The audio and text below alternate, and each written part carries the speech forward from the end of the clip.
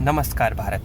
आइए हम बात करते हैं कुछ टर्मिनोलॉजीज़ पे जो कि अपने इकोनॉमी को समझने के लिए बहुत ज़्यादा ज़रूरी है कि इकोनॉमी वर्क कैसे करती है। तो उसका स्टार्ट करते हैं नेशनल इनकम से। नेशनल इनकम क्या होती है? अब नेशनल इनकम जैसे कि हम उसके अंदर कुछ पैरामीटर्स होते हैं, जैसे वो एग्ज़ाम्पल में जैसे अपनी कंट्री की जो इनकम होगी उसके कुछ पैरामीटर्स होंगे, है ना। तो हम बात करते हैं उसके बारे में। चलिए, तो हम बात करते हैं। सबसे पहला टर्म जो है उसके अंदर क्या होता है, मार्केट वैल्यू कह लो या मार्केट प्राइस कह लो, है ना। अब मार्केट प्राइस होता है जो हम देते हैं, एज अ कस्टमर देते हैं मार्केट को। अब मार्केट प्राइस के अंदर भी कुछ चीज़ें होती हैं। अब जैसे एक उसको मैं सिंपल से एक फॉर्मूले से बताता हूँ कि market price is equal two factor cost minus subsidy plus indirect taxes. जैसा आपको मैं एक एग्जांपल देके समझाता हूँ। जैसे मान लो आपको एक इंडिया में सोलर कंपनी है, जैसे करेंटली अभी गवर्नमेंट सोलर प्लांट वगैरह को बहुत ज़्यादा वरीयता दे रही है कि और प्रमोट कर रही है कि आप सोलर प्लांट वगैरह घर घर तक पहुँचे। तो अराउंड 3 से 5 किलोवाट का सोलर प्लांट का जब कनेक्शन लेते हो तो उसका अराउंड 1,30,000 1,40,000 ऐसे ही लमसम पड़ता है। तो आप क्या करते हो, अब देखो इस एग्जाम्पल के तहत मैं पूरा का पूरा चीज़ समझा दूंगा आपको, समझो। अब देखिए फैक्टर कॉस्ट क्या है कि जो सोलर पैनल को बनाने के लिए, है ना, आप रॉ मटेरियल यूज़ कर रहे हो, है ना, आप वेजेस दे रहे हो लेबर को, है ना, आप रेंट दे रहे हो, है ना, मतलब जिस भी कंपनी में प्रोड्यूस कर रहे हो रेंट दे रहे हो, प्लस उसके अंदर कुछ प्रॉफिट वगैरह, कंपनी प्रॉफिट भी तो अपना रखेगी, और भी जो भी चीज़ें हो गई वो सारे फैक्टर कॉस्ट में आएंगे। लेकिन हम एज अ कस्टमर कह लो तो वो क्या करते हैं, मार्केट वैल्यू और मार्केट प्राइस के अंदर क्या होता है कि फैक्टर कॉस्ट ये टोटल हो गया। अब जो गवर्नमेंट इनडायरेक्ट टैक्सेस लेती है, जैसे एग्जांपल में सबसे बड़ा एग्जांपल है जीएसटी का, ये इनडायरेक्ट टैक्स का सबसे बड़ा एग्जांपल है। तो जीएसटी जो है, अब मान लो हो गया जीएसटी ऐड कर दिया, अब सब्सिडी भी इसमें ऐड हो, सब्सिडी इसमें माइनस हो गया। कैसे होता ये है कि जैसे मान लो आपने 1,40,000 रुपये दिया, है ना, लेट सपोज। अब होता क्या है कि आप गवर्नमेंट ये बोलती है कि आप इतना पे करो, फिर उसमें आप 60 to 70% सब्सिडी आपको मिलेगी, आपके अकाउंट में वापस आ जाएगी। तो ये सब्सिडी इसलिए आपके फैक्टर कॉस्ट कह लो, है ना, उसमें से माइनस हो जाती है। यही है टोटल फार्मूला कि market price is equal two factor cost plus indirect taxes minus subsidy. ये ओवरऑल मार्केट प्राइस का ओवरऑल एक लेखा जोखा है ना, जो एक तरह से नेशनल इनकम के पैरामीटर्स है कुछ। अब कुछ और पैरामीटर्स हैं, जैसे आप ग्रॉस हो गया, जब कोई भी आप लेते हो कोई भी वैल्यू तो उसमें पेमेंट आप ग्रॉस में करते हो। ग्रॉस के अंदर क्या होता है, gross is equal to net plus depreciation. अब मैं बताता हूँ आपको कि जब आप कोई भी सामान खरीदते हो ना तो उसके अंदर डेप्रिशिएशन कॉस्ट अपने आप आ जाती है ना। जैसे मैं एग्जांपल देता हूँ आपको कि मान लो आपने एक फ्रिज खरीदा 40,000 का, है ना, आपने एक फ्रिज खरीदा 40,000 का। अब आपने तो पूरी ग्रॉस वैल्यू दी, आपने नेट वैल्यू नहीं दी। क्यों नहीं दी नेट वैल्यू? क्योंकि नेट वैल्यू नहीं देते हो आप, क्योंकि डेप्रिशिएशन ऐड होता है, क्योंकि डेप्रिशिएशन बहुत इंपॉर्टेंट फैक्टर है इकोनॉमी का, बहुत इंपॉर्टेंट फैक्टर है, क्योंकि डेप्रिशिएशन भी डिपेंड करता है इन्फ्लेशन पे, डिमांड सप्लाई पे। अब मैं बताता हूँ कि और वियर एंड टीयर पे प्रोडक्ट के, तो आप जैसे एग्जांपल में आपने फ्रिज खरीद लिया 40,000 का। अब मुझे ये बताओ 2 साल बाद अगर आप उसको बेचोगे तो क्या उसकी वैल्यू 40,000 होगी? आप बताओ, 40,000 से कम ही तो होगी, 40,000 से ऊपर नहीं जानेगी, 40,000 से कम होगी। तो वो क्यों हो रही है? डेप्रिसिएशन की वजह से हो रही है। अब 2 साल के बाद मान लो आपको जो भी वैल्यू मिल रही है अराउंड मान लो 35,000 30,000, वो होगी नेट वैल्यू, और 40,000 से 30,000 माइनस करोगे तो जो वैल्यू निकल के आएगी वो होगी डेप्रिसिएशन। समझ गए? ये टोटल होता है gross is equal to net plus depreciation. अब तीसरा पैरामीटर है ना, ये भी बहुत इंपॉर्टेंट पैरामीटर है।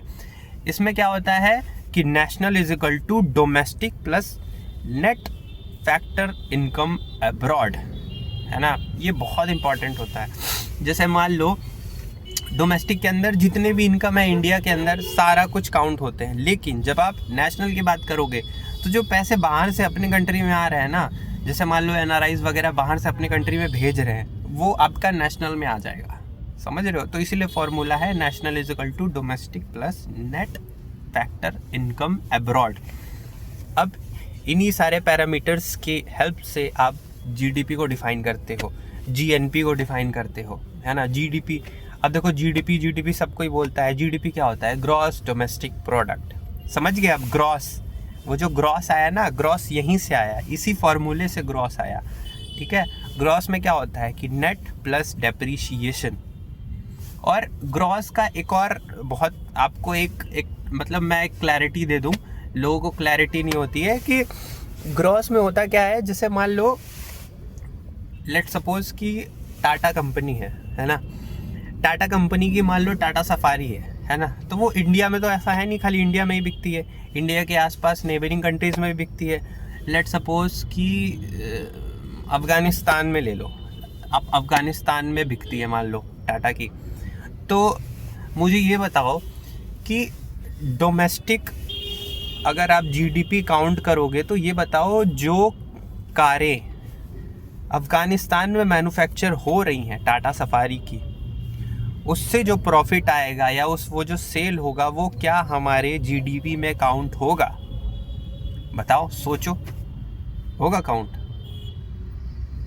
नहीं होगा, ये नहीं होगा, क्योंकि GDP का मतलब ही है कि जो हमारे डोमेस्टिक मतलब घरेलू अपने यहाँ पे प्रोड्यूस हो रहा है। तो जो टाटा सफारी अपने यहाँ प्रोड्यूस होगी, अपने यहाँ बेचेगी। हाँ देखो, जैसे मान लो हम अपने यहाँ से प्रोड्यूस करके अफ़गानिस्तान, किर्गिस्तान कहीं एक्सपोर्ट कर दें तो अपने इकोनॉमी में फ़ायदा होगा, तब हम GDP में काउंट करेंगे। लेकिन अगर हमारी कंट्री के अंदर प्रोड्यूस नहीं हुआ है ना, तो वो हम GDP में काउंट नहीं करेंगे, क्योंकि अल्टीमेटली देखो उनकी इकोनॉमी में बूस्ट कर रहा है वो वहाँ पे जाके, है ना। वहाँ की इकोनॉमी बूस्ट कर रहा है, वहाँ प्रोड्यूस कर रहा है, वहाँ पे लेबर लोग को रख रहा है, वहाँ पे एम्प्लॉयमेंट प्रोवाइड कर रहा है अफ़गानिस्तान में, तो इसलिए वहाँ उनका फ़ायदा होगा, तो इसलिए वो GDP में काउंट नहीं होगा। ये बहुत इम्पॉर्टेंट एक तरह से टर्मिनोलॉजी है जिसको आपको समझना बहुत ज़रूरी है, बहुत ज़्यादा ज़रूरी है। और एक और जो मीज़रमेंट होता है ना GDP का, GDP दो तरीके से मीज़रमेंट होता है, पता है आप लोग को। एक होता है रियल GDP, एक होता है नॉमिनल GDP। अब जनरली लोग क्या नॉमिनल GDP को रियल GDP मानते हैं। नॉमिनल GDP क्या होता है? नॉमिनल GDP एग्जाम्पल ले लो, सबसे बेटर एग्जाम्पल, जैसे मान लो 2023 में, ठीक है, आप एक पेन, ठीक है, एक पेन आपकी 10 रुपये की मिलती थी, ठीक है। आप कितना बना रहे हो? मान लो 100 यूनिट पेन बना रहे हो, ठीक है। तो टोटल प्राइस कितनी हुई बताओ? 1000, ठीक है। आप क्या बोल रहे हो कि 2023 में आपकी GDP जो है मतलब इतना अराउंड यूनिट के हिसाब से 10 रुपये यूनिट के इतना प्रोड्यूस कर रहे हो, तो इतना है, ठीक है। अब मुझे ये बताओ, एक और चीज़ है, जो GDP है ना, हमेशा उसके फॉर्मूले में जो यूनिट प्रोडक्शन है ना, उसका जो प्राइस है कह लो, उसका जो पर्टिकुलर ईयर में प्रोड्यूस हो रहा है ना, वो मायने रखता है। ईयर से हम मल्टीप्लाई करते हैं तो हमारी टोटल यूनिट निकल जाती है कि एक साल में हम इतना प्रोड्यूस कर रहे हैं। अब मान लो 2024 में घुसे, उसी पेन की प्राइस 12 हो गई, ठीक है, 12 हो गई, लेकिन यूनिट एक ही 100 ही बन रही है, तो वहाँ पे क्या हो जाएगा? 1200 हो जाएगा। तो 20% का जंप आया ना। पहले कहाँ 1000 बनता था टोटल यूनिट, अब कहाँ बन रहा है? 1200 रुपये का टोटल यूनिट बन रहा है। तो आप इसको क्या ग्रोथ मानोगे? इसको बताओ, ये क्या ग्रोथ हुई? पहले 10 रुपये की पेन थी, अब 12 रुपये की हो गई। प्रोडक्शन आपका 100 यूनिट्स ही हो रहा है, तो क्या ये ग्रोथ हुई रियल? नहीं। ये किस में काउंट होगी? नॉमिनल GDP में। रियल GDP क्या होगा कि 2024 में भी वो पेन की वैल्यू 10 रुपये ही होगी, 2025 में भी वो पेन की वैल्यू 10 रुपये ही होगी। जो बेस ईयर जब से पेन बनना स्टार्ट हुआ 10 रुपये का, तब से वो वहाँ पे 10 रुपये की वैल्यू, तभी से वो बेस प्राइस चलते रहेगा, समझ रहे हो। और उसमें होता क्या है, असली जो जीडीपी होती है उसमें यूनिट्स मैन्युफैक्चर्ड मायने रखते हैं कि यूनिट्स कितना मैन्युफैक्चर हुआ है, समझ रहे हो। इन्फ्लेशन की वजह से बिल्कुल बढ़ सकता है, पहले 10 रुपये का था 12 रुपये हो गया, महंगाई बढ़ गई, तो उसका मतलब ये नहीं कि जीडीपी बढ़ गई, है ना, रियल जीडीपी नहीं बढ़ी। और रियल जीडीपी ही इकोनॉमी जो इंडिकेटर है वो एक तरह से बढ़िया इंडिकेटर या एक तरह से सटीक इंडिकेटर है अपने इकोनॉमी को मेज़र करने के लिए, है ना। रियल जीडीपी, नॉमिनल जीडीपी नहीं है, क्योंकि उसमें बहुत ढेर सारे कॉस्ट आ जाते हैं, समझ गए आप। अब मैं आपको बताता हूँ कि पर कैपिटा इनकम क्या होता है। पर कैपिटा इनकम वो इनकम होती है जिससे जनरली आप निकाल लेते हो कि एवरेज में कितना बंदा कितना खर्च करता है या कितना कमाता है, ठीक है। इनकम, पर कैपिटा इनकम है ना, तो इनकम की बात हो रही है यहाँ पे, एक्सपेंडिचर की बात नहीं हो रही है ना। तो कितना कमाता है पर बंदा। अब जैसे मान लो एक गांव है, सपोज एक गांव है, एक गांव में आपके 100 लोग रहते हैं, ठीक है, 100 लोग रहते हैं और हर बंदे की इनकम है, बहुत बेसिक सा एग्जांपल लेके आपको समझाता हूँ। मान लो 5 बंदे हैं, ABCDE, है ना, 5 बंदे हैं, कोई 100 रुपये कोई 200 कमाता है, कोई 400, कोई 600, कोई 800, कोई 1000, ठीक है। आप इसको टोटल करो, डिवाइड बाई 5 कर दो, समझ रहे हो। तो वो जो एवरेज निकल के आएगा ना, उसी को आप मानते हो पर कैपिटा इनकम।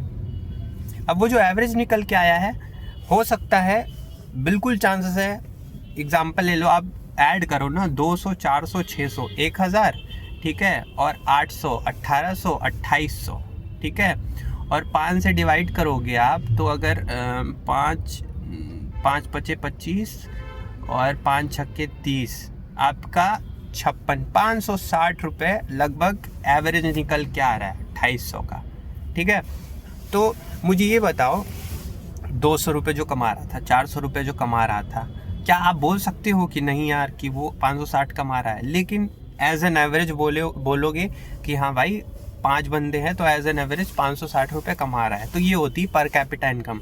अब पर कैपिटा इनकम भी एक तरह से मतलब पर बंदे का इनकम नापने का पैरामीटर होता है, लेकिन सटीक पैरामीटर नहीं है, क्योंकि आपको पता ही है कि अभी जो 5% के जो रिचेस्ट पर्सन है ना, वो जितना नेटवर्थ होल्ड करते हैं उतना वो 90 to 95% लोगों के पास भी नहीं होगा।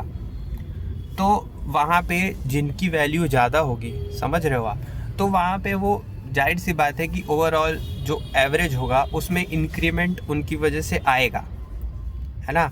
लेकिन अभी फ़िलहाल के लिए आप इसी से मेज़र करते हो, जो पर कैपिटा इनकम होती है, कि टोटल जितने बंदे हैं, है ना, उनका जितना इनकम हो रहा है अपॉन में कितने बंदे हैं, तो वो होता है आपका पर कैपिटा इनकम। ये ओवरऑल टर्मिनोलॉजी है। और अगर आपको मेरी वीडियो पसंद आई हो तो आप, मैं नहीं कहूँगा लाइक करें और शेयर करें, है ना, लेकिन आप कमेंट ज़रूर करिएगा। आप बताइएगा मुझे कि कैसी लगी आपको वीडियो, कैसा लगा मेरा प्रेजेंटेशन। और ये मेरी फर्स्ट वीडियो है, मुझे अराउंड साल भर लग गए इसको बनाने में, है ना। अब आप सोचोगे साल भर कैसे लग गए, साल भर लग गए मुझे हिम्मत जुटाने में एक वीडियो बनाने के लिए, है ना। तो आप मुझे ज़रूर कमेंट करना।